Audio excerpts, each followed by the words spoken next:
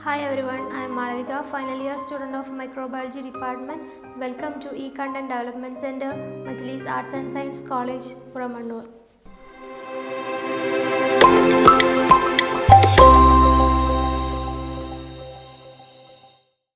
I am here to discuss about the topic infection and disease. Okay, let's start with its introduction. Infection and immunity involve the interaction between the animal body, host and the infecting microorganism. Based on their relationship to their host, microorganisms can be classified as saprophytes and parasites. Okay, what is saprophytes? Saprophytes are free-living microbes that survive on dead or decaying organic material. They are found in soil and water and play an important role in the degradation of organic matter. They are generally incapable of multiplying in living tissues and therefore are of little importance in infection. Okay, next is parasites. Parasites are microbes that can establish themselves and multiply in host. Parasites cannot grow without a host and are completely dependent on the host for their growth and multiplication. Okay, parasites may be two types, pathogen and commensal. Pathogens are microorganisms that are capable of producing disease in host. Okay, next is commensal. Commensals are microbes living within the host without causing any damage to it. The normal bacterial flora of the body consists largely of commensal. Many commensal behave as facultative pathogens in that they can produce infection in the host when the host resistance is lowered. Okay, next is about infection. Infection is the lodgement and the multiplication of a parasite in or on the tissues of the host. Okay, next is infectious disease. It is the result or consequence of an infection. Okay, let's just discuss about the types of infection. Infections are divided into different types. They are primary infection, reinfection, secondary infection, localized infection, generalized infection, focal infection, cross infection, nosocomial infection, iatrogenic infection, endogenous infection, exogenous infection, inapparent infection, atypical infection, latent infection and last congenital infection. Okay, let's start with the first one, primary infection.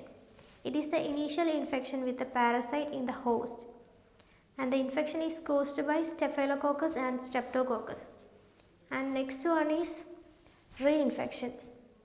It is a subsequent infection with the same parasite in the host and it is a urinary tract infection and a hepatitis B infection and infection caused by Helicobacter pylori. Okay, next third one is secondary infection.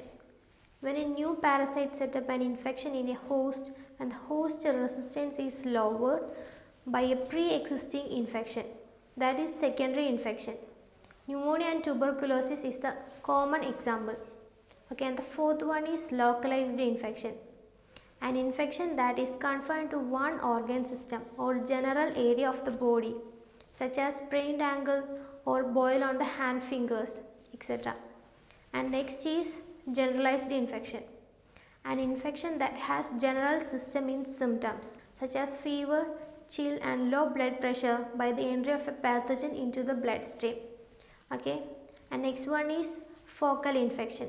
An infection in which bacteria or pathogen localized in some region as the tonsils or tissues around a tooth from which they may spread to some other organ.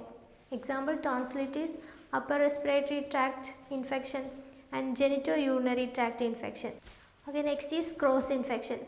When a patient is already suffering from an infection, a new infection is set up from another host or another external source. That is cross infection. Example, urinary tract infection, pneumonia and flu and also cold. Next one is nosocomial infection. The cross infection that is occurring in hospitals, that is nosocomial infection. Example, ventilator associated pneumonia and tuberculosis. And the other one is iatrogenic infection. The term iatrogenic infection refers to the physician induced infection resulting from investigative, therapeutic or other procedure and it is same as nosocomial infection. Okay, next is endogenous infection.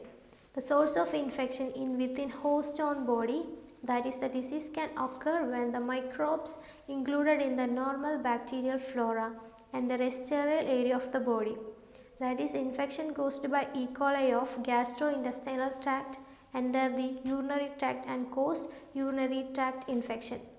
And next is exogenous infection.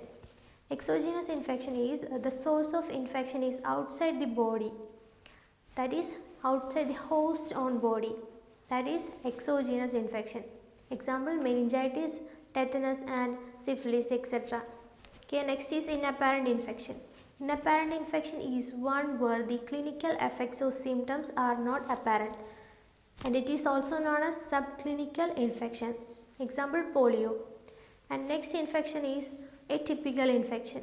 Atypical infection is one called as the typical or characteristic clinical manifestation or symptoms of the particular infection are not present. Example, infection caused by Staphylococcus pneumoniae and Haemophilic influenza. Okay, next infection is latent infection. Some parasites following infection may remain in the tissues of the host in latent or hidden form, multiplying and producing infection in the host when the host resistance is lowered. Example, tuberculosis. Okay, last one is congenital infection.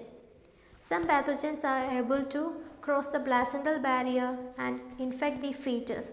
Okay, that is congenital infection. Such transmission is known as virtual transmission, and the infection is caused by cytomegalovirus, rubella virus, herpes virus and enterovirus. That's all about infection and disease. I hope this video lecture is clear to all. Thank you.